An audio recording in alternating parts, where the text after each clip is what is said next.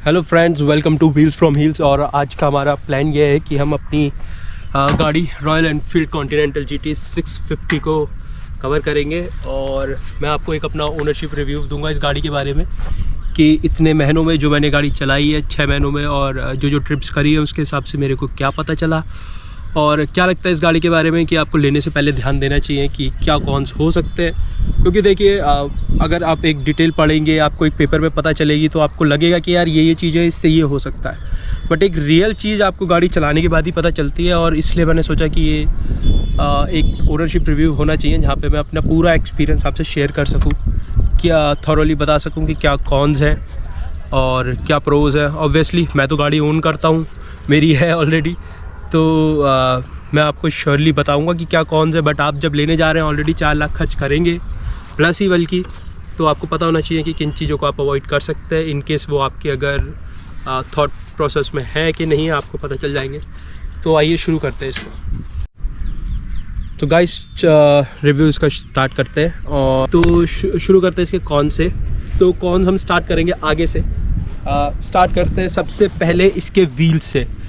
तो आप देख सकते हैं इसमें आपको मिल रखे हैं स्पोक्स, ना कि अलॉय व्हील्स। और ऑब्वियसली जब आप 4 लाख खर्च करेंगे तो आप एक्सपेक्ट करेंगे कि आपको एक मतलब अलॉय व्हील्स तो मिलने ही चाहिए। क्योंकि क्या होता है ना, जब आपके अलॉय व्हील्स नहीं होते तो प्रॉब्लम यह आती है कि इस गाड़ी में एक तो डबल स्टैंड भी नहीं दिया है, आपको सिंगल स्टैंड दिया है। प्लस जो इसका सेकेंड कॉन मैं बताने वाला था वो था इसका वेट, जो कि इसके साथ इन टेंडम बताया जा सकता है। जो कि सेकंड इसका कौन है, इसका हैवी वेट जो कि 200+ kgs में आ जाता है, 202 kg के आसपास, जबकि इसमें कोई गार्ड लगा नहीं है। तो अब हम पहले कौन पे वापस आते हैं। तो अलॉय व्हील्स और ये सब मैं इसलिए कह रहा हूँ क्योंकि अगर आपकी गाड़ी पंक्चर होती है तो इस वेट को आप कहीं भी खींच के नहीं ले जा सकते हैं अगर आपके पास रोड साइड असिस्टेंस नहीं है।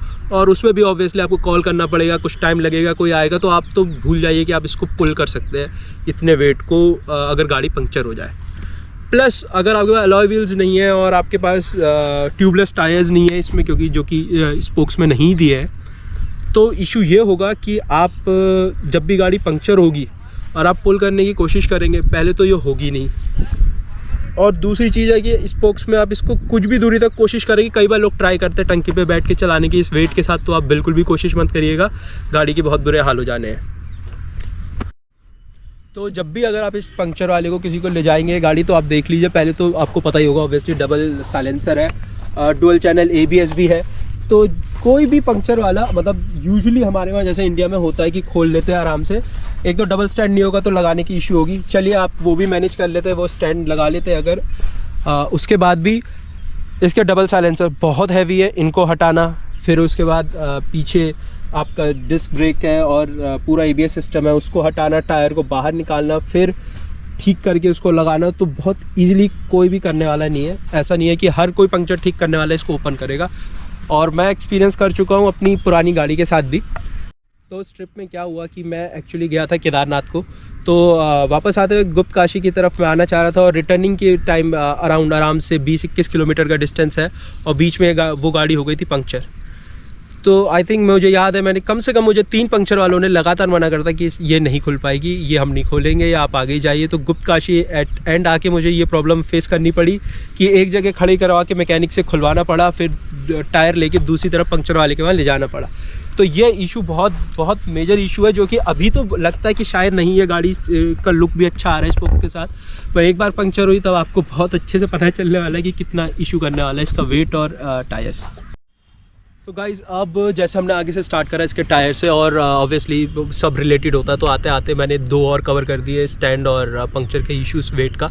तो सेकंड, अब हम इसका चौथा देखते हैं कि क्या ड्रॉबैक है। वो है इसके सस्पेंशन। बहुत ही स्मूथर साइड पे है, आई थिंक आपने कई बार सुना भी होगा, बहुत स्मूथ साइड पे है, और ये टेलीस्कोपिक सस्पेंशन है। तो क्या होता है कि मैं अपना पर्सनल एक्सपीरियंस बताता हूँ। मैं जब भी इस पे राइड पे गया हूँ, मैं नैनीताल भी गया हूँ, मैं दिल्ली तक गया हूँ, मतलब अच्छे हाईवेज़ पे भी चलाई है, ऑफ रोड भी करी है, पहाड़ पे भी चलाई है। तो आप ये मान के चलिए कि ऑफ रोड करने को तो देखिए कोई सी बाइक से कर सकते हैं ज़बरदस्ती, बट प्रॉब्लम बहुत अच्छी खासी होने वाली है, क्योंकि ये बहुत सॉफ्टर साइड में एक एक गड्ढा आपको अच्छे से प्रॉपर फील होने वाला है। और जिस स्टांस में आप इसमें बैठते हैं, आई नो एग्रेसिव है, बहुत एग्रेसिव नहीं है, बट फिर भी फील होना है। तो सस्पेंशन बहुत सॉफ्ट है, कभी भी हाई स्पीड पे अगर गड्ढे पे जाते हैं तो बहुत रिस्की है, डिसबैलेंस भी हो सकता है, आउट ऑफ कंट्रोल जा सकती है। यूजुअली अभी मेरे साथ हुआ नहीं है ऐसा अभी तक, बट ऐसे चांसेस हैं कि इतने सॉफ्टवेयर सस्पेंशन में प्रॉब्लम आएगी। अब हम आते हैं इसका 5वां कॉन, वो है इसकी हेडलाइट्स। अब देखिए गाइस, कौन तो ये है क्योंकि आप 4 लाख की गाड़ी ख़रीद रहे हैं, 4 लाख के अराउंड की, और इसमें आपको वही हेलोजन पुराना मिल रहा है, इसमें एलईडी नहीं मिल रही है, ना फ्रंट में ना पीछे, ना इसके इंडिकेटर्स में, और ना हज़ार्ड मिलता है आपको। तो थोड़ा सा मन खट्टा होता है यहाँ पे कि आप इतना पैसा खर्च कर रहे हैं और आपको ना अलॉय व्हील्स मिल रहे हैं, ना लाइट मिल रही है डिजिटल। तो ये इश्यूज़ तो हैं। और मैं आपको बता दूँ कि नई वाली जो आ रही है इसकी 2023 का वर्जन, उसमें ये सब है। उसमें आपको अलॉय व्हील्स भी मिलेंगे, उसमें आपको हेडलाइट्स और टेल लाइट्स जो है वो भी सब डिजिटल मिलेंगी। पूरा आपको कंसोल बहुत बढ़िया सुंदर सा मिलेगा, पूरा मतलब रिवैम्प करा हुआ। लुक बेसिक यही रखेंगे, बट जो चीज़ें हम कह रहे हैं कि इसमें एलईडी और ये सब मिस हो रही है वो सब में है। तो आई थिंक ऑब्वियस ही बात है कि ये शायद कंपनी ने सोचा होगा कि ये एक रेट्रो लुक रखा जाएगा, बट आई डोंट थिंक ये एक एलईडी लाइट्स देने से रेट्रो लुक कुछ इसका अलग हो रहा था। अगला कौन देखिए रिलेटेड है, एक तो इसका एवरेज है। अगर आपने हाथी पाला है 650 सीसी का तो ऑब्वियसली आपको एवरेज तो नहीं मिलने वाला। एवरेज मान के चलिए कि जो मेरा एक्सपीरियंस रहा है वो ये है कि इस गाड़ी को अगर मैं शहर में चला रहा हूँ तो मैं नहीं एक्सपेक्ट करता कि कहीं भी ये 18 या 20 से ऊपर जाने वाली है एवरेज में। 6 गियर्स हैं इसमें, तो छठा गियर तो कभी चांस भी नहीं होता कि 5वां भी पहुँचे शहर में, तो चौथा ही लग जाए, बहुत बड़ी बात है। तो एवरेज तो इसमें 18 से 20 का मान के चलिए। दूसरा मेरा एक्सपीरियंस जो एक बहुत लंबे स्ट्रेच पे एक हाईवे पे चलाने का है, तो वो ये है कि एट मैक्स ये आपको 22 से 25 के बीच का एवरेज दे देगी। और ऑब्वियसली आप अगर लेने की सोचें तो 650 सीसी इंजन है, तो आपने सोचा ही होगा कि क्या एवरेज रहेगा क्या नहीं रहेगा।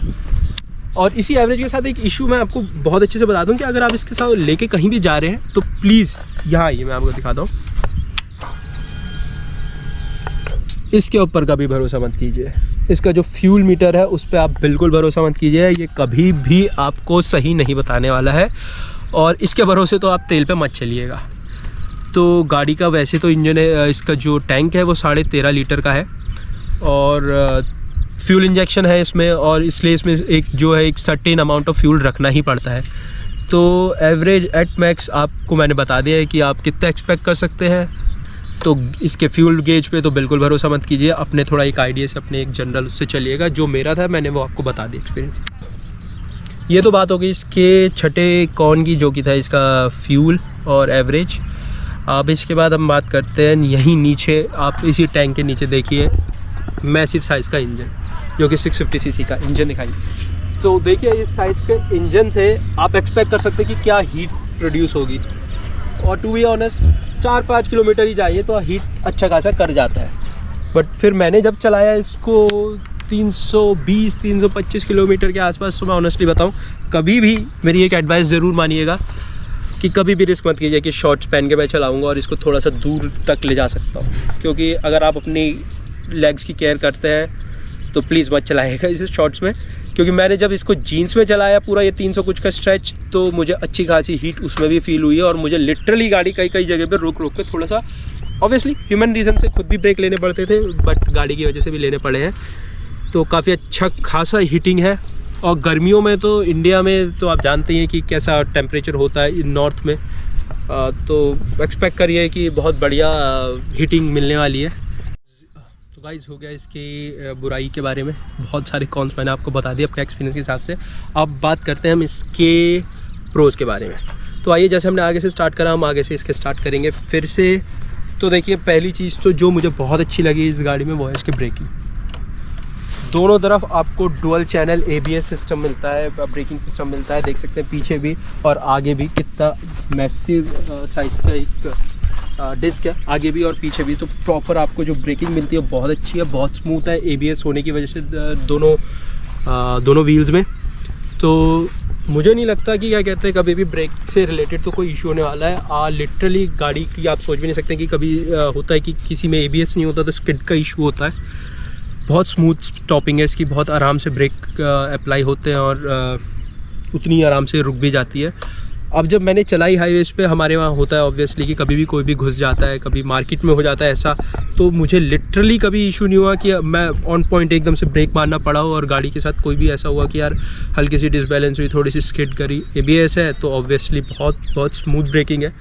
ब्रेक्स तो इसके अगर मैं रेट कर सकता होता तो I would say 9 out of 10। बहुत ही अच्छी ब्रेकिंग है और होनी भी चाहिए इतनी बड़ी गाड़ी के लिए और जिस स्पीड्स पे ये चलती है। सेकंड, अब इसकी बात करते हैं इसके पिकअप के बारे में। मैं आपको अगर लिटरली बताऊं तो ये गाड़ी लेके आप चाहे मार्केट में है चाहे हाईवेज़ में है, आपको पिकअप का कोई इशू नहीं होने वाला है, आपको ओवरटेक करने में कोई इशू नहीं होने वाला है। अगर आप थोड़ा सा एक बेसिक जजमेंट ठीक रखते हैं ओवरटेक करने का, तो गाड़ी आपको बहुत अच्छे से सपोर्ट करने वाली है।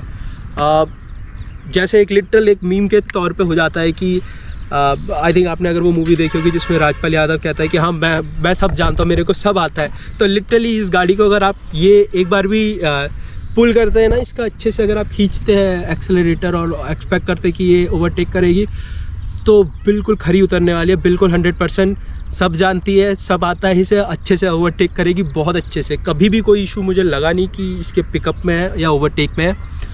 और सेकंड बात, इसकी स्पीड बहुत स्मूथ है ये गाड़ी, इवन 100, 110, 120 के आसपास। मैंने इससे इवन हायर भी चलाई है। आई डू नॉट एंडोर्स कि आप तेज़ चलाएं, बिल्कुल भी नहीं, बट ये गाड़ी बहुत स्मूथली जाती है हाईवेज़ में, तो चले जाती है। और हैवी और पावरफुल गाड़ी होने की वजह से इसलिए आपको वो स्पीड्स भी मतलब काफ़ी कंट्रोल्ड लगती हैं। तो काफ़ी अच्छा पिकअप है, काफ़ी अच्छी स्पीड है। ऑन एन एवरेज आप 80 to 110 एक्सपेक्ट कर सकते हैं कि आप हाईवेज़ पे आराम से चलेंगे इस गाड़ी में, कोई इशू के बिना नहीं। गाड़ी जहाँ आप जहाँ भी आप रोकना चाहेंगे ये गाड़ी वहाँ रुकेगी। कहीं भी हो आप, हाईवे, मार्केट, बहुत अच्छी स्मूथ ब्रेकिंग हो गई। अब इसके अगले प्रो की तरफ आते हैं। प्रो ये है कि इसका ये मैसिव इंजन जो आप देख सकते हैं, थोड़ा सा मैं दिखाता हूँ आपको कि क्या है साइज़ है इसका इंजन का। देख लीजिए 650 सीसी है और कैसा ही लगता है। इसमें प्लस ट्विन पैरेलल सिलेंडर्स हैं, तो इस वजह से इसको मैसिव जो 650 सीसी की पावर मिलती है वो उन सिलेंडर्स की वजह से मिल पाती है। तो इस वजह से आप समझिए कि इस पावर को जब आप भी चलाएंगे ना गाड़ी, आपको आराम से इसके ऊपर बैठने के बाद वो फील आना है कि आप जब भी इसका एक्सेलरेट कर रहे हैं या इसके ऊपर बैठ के आप चल रहे हैं, हाईवेज़ पे हैं, कोई बगल से गुजरता है तो आपको बहुत अटेंशन मिलने वाली है और अलग पता चल जाएगा। इसकी आवाज़ भी बहुत डिफरेंट है। मैं एक बार आपको आवाज़ ही सुना देता हूँ इसकी। एक सेकंड, स्टैंड पे है, हटानी पड़ेगी। ट्राई कि आप आवाज़ सुन पाए।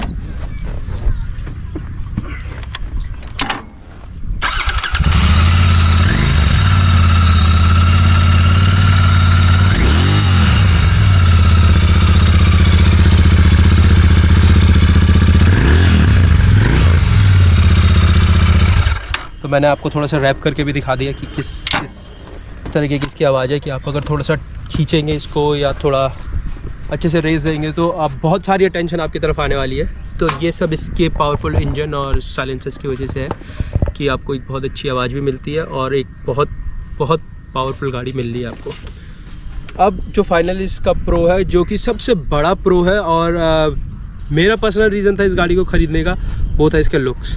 आई मीन इसकी एक ट्विन सिस्टर भी है, आप जानते हो कि इंटरसेप्टर को भी उसका जो स्टांस है वो भी थोड़ा रिलैक्स्ड है, आप आराम से चला सकते हैं। आपको इंजन वही पावर का मिलना है, but still why someone would go for GT।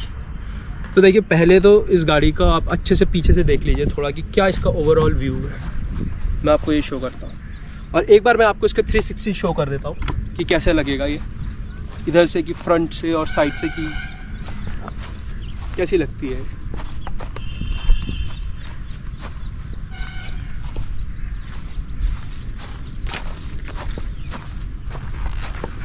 तो देख लीजिए कि क्या ब्यूटी है ये ऑल इन ऑल लुक के वाइज से। और होने को इसमें 5-6 कलर्स हैं, बट ये जो कलर है ये सबसे टॉप मॉडल है। क्रोम, मिस्टर क्लीन बोलते हैं इसको उनकी लैंग्वेज में, जो रॉयल एनफील्ड नेम करती है। तो ये मिस्टर क्लीन जो है ये टॉप मॉडल है, इसका पूरा क्रोम है। और अगर आप नहीं भी चाह रहे हैं या आप कहीं चल रहे हैं, आपने एक्सपेक्ट भी नहीं करा है, तब भी ये गाड़ी का ये जो कलर है वो अटेंशन अपने आप खींचेगा। इस तरीके का ब्राइट है कि लोगों की अटेंशन अगर नहीं भी चाह रहे हैं तो भी देख ही लेते हैं एक बार। तो लुक्स तो all in all 10 out of 10 है। इसका स्टांस लोग कहते हैं कि बहुत प्रॉब्लमेटिक होता है, बट आई थिंक उसी स्टांस की वजह से ये बहुत अपीलिंग भी लगती है। मैं आपको शो करता हूँ बैठ के दोबारा कि क्या आता है इसमें स्ट्रेच। ये देखिए इस तरीके से लोग इसको बहुत एग्रेसिव बताते हैं कि बहुत ऐसे, बट इतना भी प्रॉब्लमेटिक नहीं है कि अगर आप गाड़ी चला रहे हैं तो आपको बहुत प्रॉब्लम होने वाली है कि यार नहीं चल रही। बहुत ऑब्वियसली थोड़ा सा यहाँ और बैक में हल्का पेन आता है, बट टाइम के साथ अब बहुत यूज़ टू होने वाले हैं। और यही स्टांस जो है इसका बहुत अट्रैक्टिव भी लगता है यूज़ करते हुए। तो आई थिंक ये एक थोड़ा सा वैसे ऑब्जेक्टिव चीज़ है, बट स्टिल ये बहुत सुंदर लगने वाली है। ये पर्टिकुलर रीज़न था मेरे लिए इस गाड़ी को परचेज़ करने का, क्योंकि मैंने ये गाड़ी बेयरली 1-2 बार देखी थी। मैं डिसाइड कर रहा था इसको लेने के बारे में, और सारी रॉयल एनफील्ड की गाड़ियों में मुझे यही सुंदर लगी।